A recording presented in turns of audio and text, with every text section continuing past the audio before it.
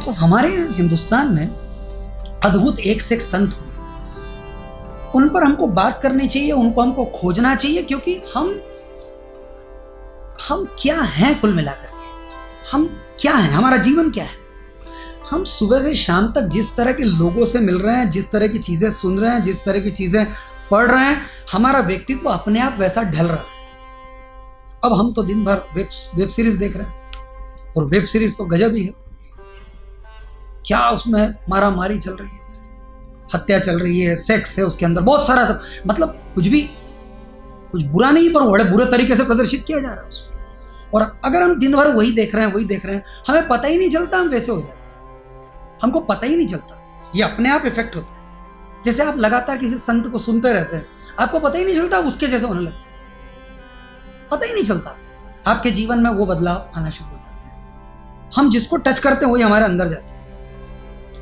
बड़ी साधारण सी कहावत है अंग्रेजी में कि आपके 5 मित्रों के नाम बताइए और मैं आपका कैरेक्टर बता सकता हूं, आपका चरित्र बताया जा सकता है आपके आसपास के 5 लोगों के नाम पूछ के कि ये 5 जैसे ऐसे हो तुम में क्या फर्क होने वाला है, ये 5 भर रहे हैं तुम्हारे अंदर कचरा। तो हम अपने लिए मित्र चुन सकते हैं। तो मुझसे कभी कोई पूछता है यहाँ कि आपके भी मित्र होंगे स्वामी जी, मैंने कहा बहुत सारे, कुछ के यहाँ फोटो लगा रखे, मैं इन मित्रों में जीता हूँ, इनके साथ रहता हूँ। तो जो समझ आ जाए, कभी जय कृष्णमूर्ति को पढ़ लिया, कभी ओशो सुन रहे हैं, कभी जग्गी वासुदेव, कभी कोई, अच्छा लगता है, मजा आती है, तो हमारा जीवन वैसा ढलने लगता है। पर हम क्या सुन रहे हैं, हम क्या देख रहे हैं, हम क्या पढ़ रहे हैं।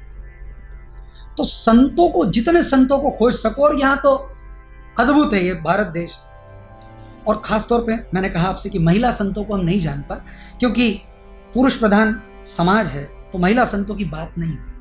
तो मैं आने वाले दिनों में प्रयास करूंगा कि जैसे आज मैंने लल्ला की बात की, ऐसे आने वाले दिनों में और ऐसे किन्हीं संतों की बात करूंगा, महिला संतों की बात करूंगा। मैंने खास तौर पे सोचा कि इस बार महिला संतों की बात करेंगे कि आपको पता चले, क्योंकि यहाँ पर जो महिलाएं हैं जिनको स्त्री शरीर मिला, वो सोचती है कि किसी न किसी पुरुष के चरणों में गिरना है, क्योंकि पुरुष ये वो बुद्ध पुरुष होता है, एनलाइटेड होता है।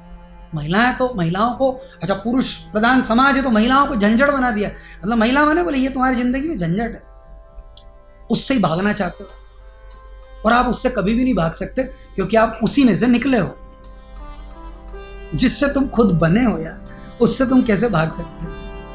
कर लेना कोशिश एक बार, जहां जाओगे वहीं मिल जाएगी वो, किसी भी रूप में, क्योंकि उससे ही तो तुम बने हो। अगर मेरे हिसाब से देखा जाए कि एनलाइटमेंट का अधिकार तो महिला को पहले मिलना चाहिए, क्योंकि वहीं से पुरुष निकलते हैं। तो हमारी जो सोच समाज बना देता है। हम दिन भर वो जो व्हाट्सएप पे पढ़ रहे हैं और वो फेसबुक पे देख रहे हैं और वो जो भी कुछ चल रहा है सब ड्रामा, उससे हमारा ब्रेन माइंड बनना शुरू होता है। अब 25-30 हिंदू के मैसेज पढ़ते हो तो आपके अचानक मुंह से निकलता है हिंदू खतरे में, यार हिंदू को बचाना पड़ेगा। भाई साहब आपको कैसे पता लगा? आप भी सोचते हो कि यार अपने को तो किसी ने चिमटी नहीं खोड़ी, कोई मुसलमान अपने ज़िंदगी में तकलीफ नहीं दे रहा अपने को, और वो 25 मैसेज जो आपने पढ़ लिए, तो आपकी खोपड़ी को वैसा बनाया जा रहा है, आपको वैसा ढाला जा रहा है। तो भाई आप अगर अपने जीवन को इनके हाथ में दे देते हो, व्हाट्सएप और फेसबुक के, तो ये आपको पता नहीं क्या बना देंगे, क्योंकि उनका तो वो धंधा बिजनेस है। आप अपने जीवन को या आलतू फालतू लोगों के हाथ में मत दो। आप अच्छे संतों को सुनो, अच्छे संतों को पढ़ो, उनकी बातें सुनो, अपने जीवन में जरा झांक के देखो कि कोई बात मेरे साथ बैठती है कि नहीं बैठती। जैसे मैंने आपसे कहा कि लल्ला कहती है कि जितनी लाइक्स उतनी डिसलाइक्स।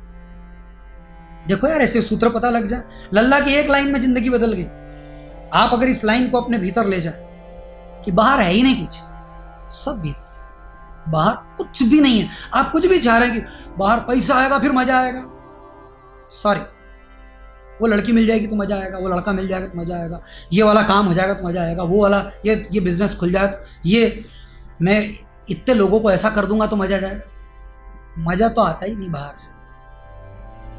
हर कांटे के ऊपर एक लेबल लगा है फूल, आप जाते हो दौड़ के और खच्चे से घुस जाता है आपके। तो नानक दुखिया सब संसार, बुद्ध कहते हैं जीवन दुख है, ये समझो। और जीवन दुख है यहाँ रुक मत जाओ। लोगों ने कहा बुद्ध ने कहा जीवन दुख है, यहाँ तो क्या दुख ही दुख है।